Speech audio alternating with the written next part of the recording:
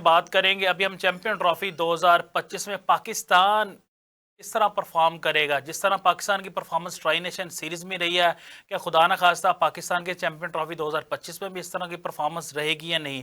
इमरान भाई, हारिस रऊफ ने भी दोबारा बॉलिंग स्टार्ट कर दी है। कल हमने देखा कि प्रैक्टिस सेशन में वो बॉलिंग कर रहे थे, तो इसका मतलब है कि वो मुकम्मल फिट है।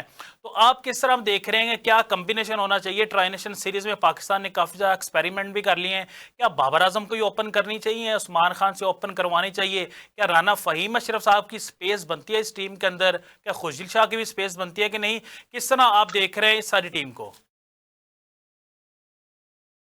देखो, मैं सुबह से कुछ जगहों पे ये बात सुन रहा हूँ कि उस्मान खान से ओपनिंग करवाई जाएगी और जी बाबर जी। आजम को उसका नंबर वापस दे दिया जाएगा। साउथ शकील को जो है वो ये जो है वो रश करवाना चाहते हैं। फिर उसके बाद फहीम अशरफ बाहर हो जाएंगे और उसके हम्म। बाद हारिस खुशदिल रऊफ शाह। जो है टीम के अंदर वापस खुशदिल शाह रहेंगे। जी जी। लेकिन फहीम अशरफ को बाहर करके और खिलाया जाएगा हारिस रऊफ को। हम्म।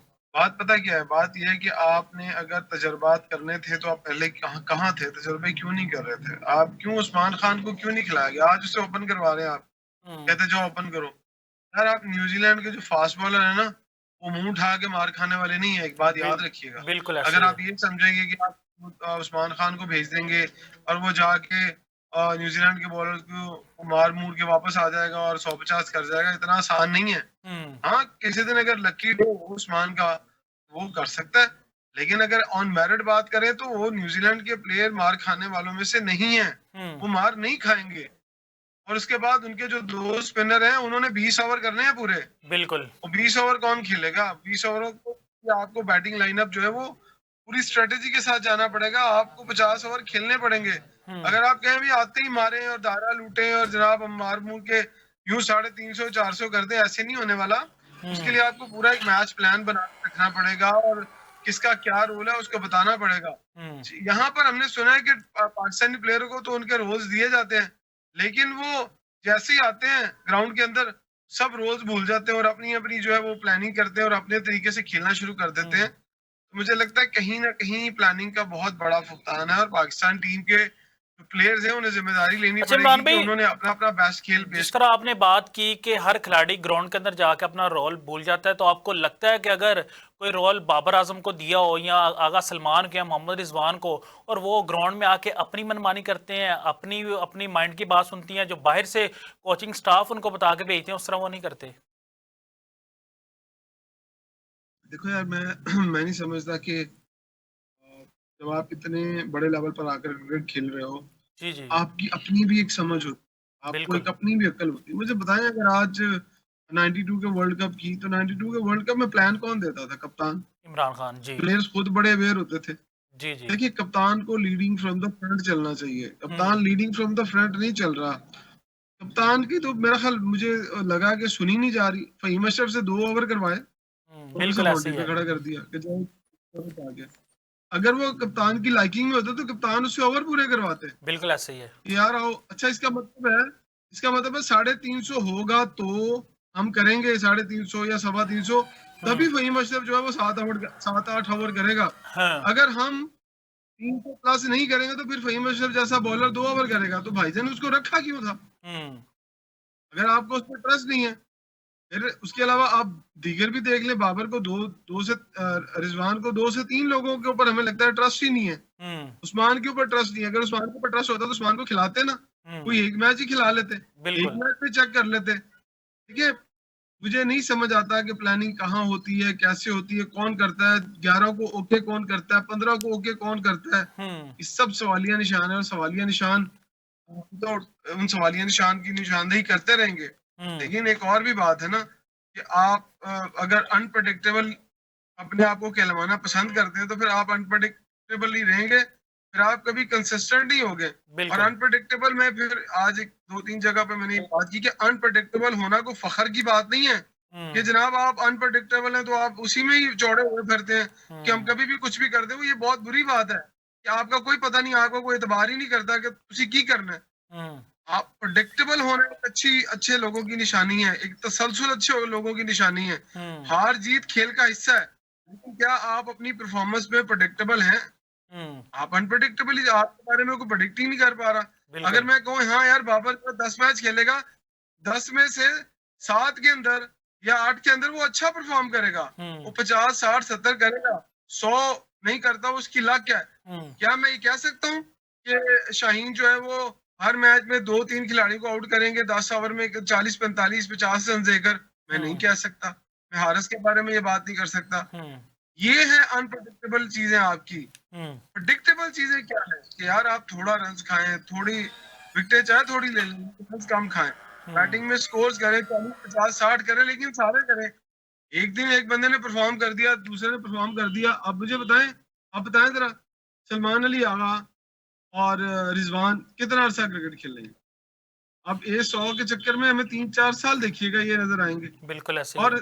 अगर सलमान अली अख्तर की बात करें, मैं हमेशा आपको याद है कहता था यार इससे 10 ओवर क्यों नहीं करवाते, इससे 10 ओवर क्यों नहीं करवाते, या वो खुद उस दिन 10 ओवर की है, कितनी शानदार बॉलिंग हुई है। जी। मैं समझता हूँ ये चीजें होनी चाहिए।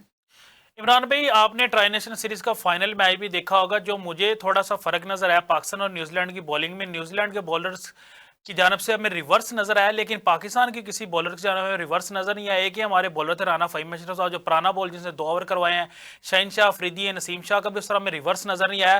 तो हारिस रऊफ जब टीम में आ जाएंगे तो हमें रिवर्स नजर आएगा उनकी जानब से भी। देखिए, आरएस रऊफ की पेस 140 से ऊपर होगी, 140 के ऊपर करेंगे तो तब भी उनकी पे आपको रिवर्सिंग दिखाई देगा। जी। कभी आपने देखा है 135 वाले का रिवर्सिंग होता है? कभी नहीं। 135 वाले का रिवर्स स्विंग नहीं होता भाई, रिवर्स स्विंग होता है तकरीबन। अगर आपने रिवर्स स्विंग देखना है तो फिर आपको ये देखना पड़ेगा कि 140 से ऊपर वाला प्लेयर कौन सा है, 140 से 150 तक गेंद करने वाला कौन सा है। हम्म।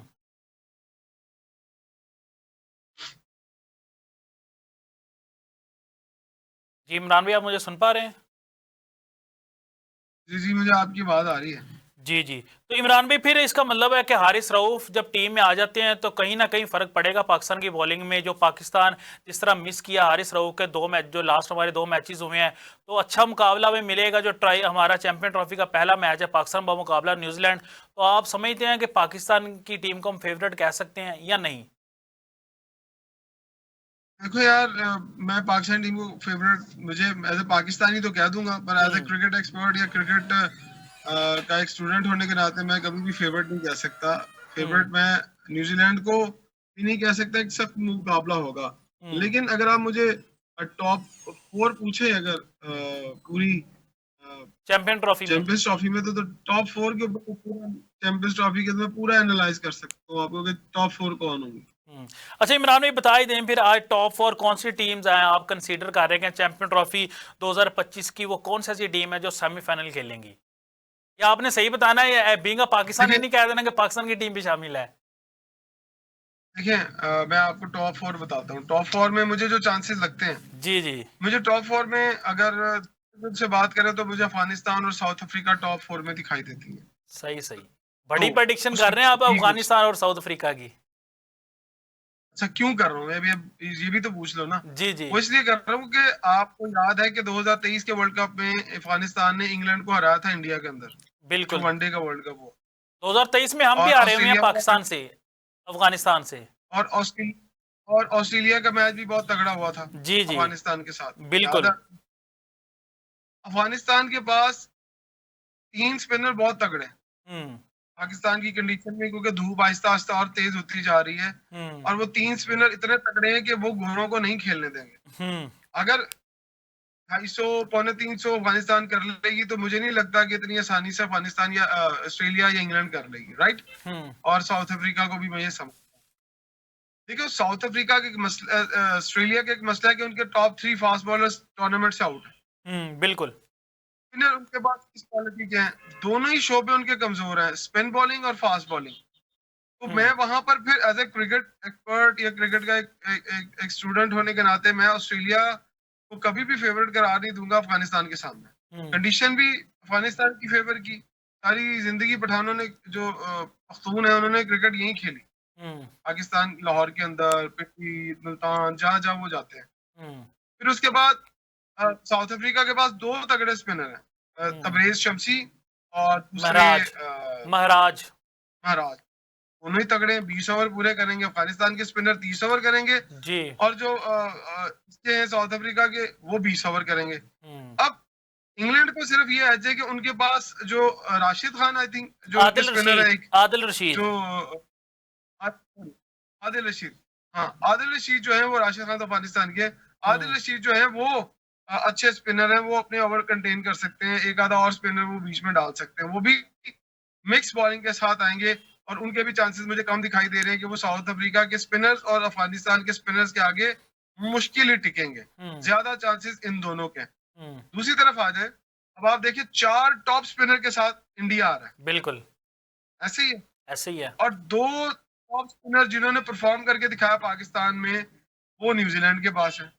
आपके पास सिर्फ एक शोभा तगड़ा है और वो है फास्ट बॉलर, फास्ट बॉलिंग, और वो भी परफॉर्म नहीं कर रहा। स्पिनर्स आपने एक रखा, एक मिस्ट्री स्पिनर जो हवा में बॉल छोड़ता है, जिसका कोई पता नहीं चलता वो बाहर निकलेगा या अंदर आएगा, उसकी पेस भी नहीं होती। वो आपने देख लिया, वो हवा में फेंकते हैं, वो मैं फिर एक बात कहूंगा, हवा में फेंका या अल्लाह मदद, जिधर भी गया वो उसकी किस्मत है। वो अपनी फिंगर से आप ये कह के नहीं कर सकता ये बॉल अंदर आएगा या ये बॉल बाहर निकलेगा।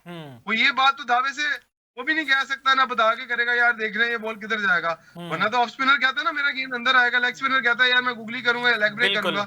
इब्रार का ये प्रॉब्लम, हमने ट्रस्ट किया, उनके ऊपर गैम्बल किया, उस गैम्बल का हमें खमियाजा भुगतना पड़ रहा है। जो लोग इस तरह के प्लेयर्स को यहाँ लाते हैं, आप अजंता मेंडिस की मिसाल ले रहे हैं ना, जी जी, कि आप इब्रार अजंता मेंडिस की जगह पे उस तरह का हमें मिला। और भाईजान अजंता मेंडिस की वो उंगली देखनी थी, अगर किसी ने देखी हो, हमने देखी है, वो उंगली लोहे की उंगली लगती थी, जिस उंगली से वो बॉल ब्रेक करता था और पुश करता था हवा के अंदर।